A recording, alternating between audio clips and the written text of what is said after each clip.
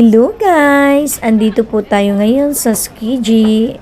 So Tsukiji guys, ito yung old fish market ng Tokyo.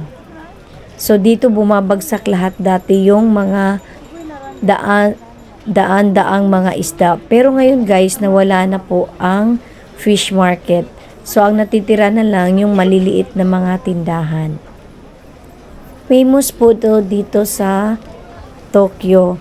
Maraming pumupuntang mga turista dito kasi pwede kang bumili tapos kakainin mo siya habang naglalakad ka at habang lumalakad kumakain tapos ayan guys, maraming makikitang mga iba't ibang pagkain, more on seafoods.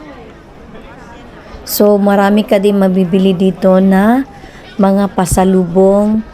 Kaya tinarayo talaga to ng mga turista.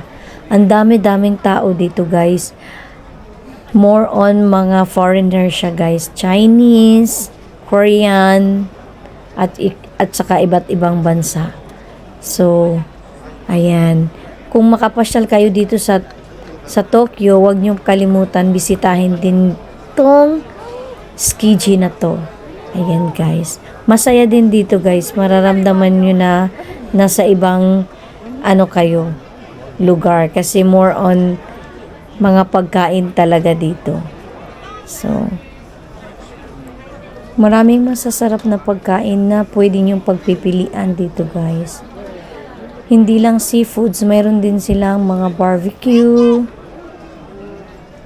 Tapos, mayroon din silang mga ito pala guys, yung tamagoyaki. So, tamagoyaki is medyo manamis-namis na itlog. So, makikita nyo mismo kung paano ginawa yung tamagoyaki dyan. Masarap siya guys. Ayan. So, Sabado kasi kami pumunta kaya ang dami ding mga tao dyan. So, huwag nyo kalimutan bisitahin to guys. Thank you for watching. See you on my next vlog. Bye!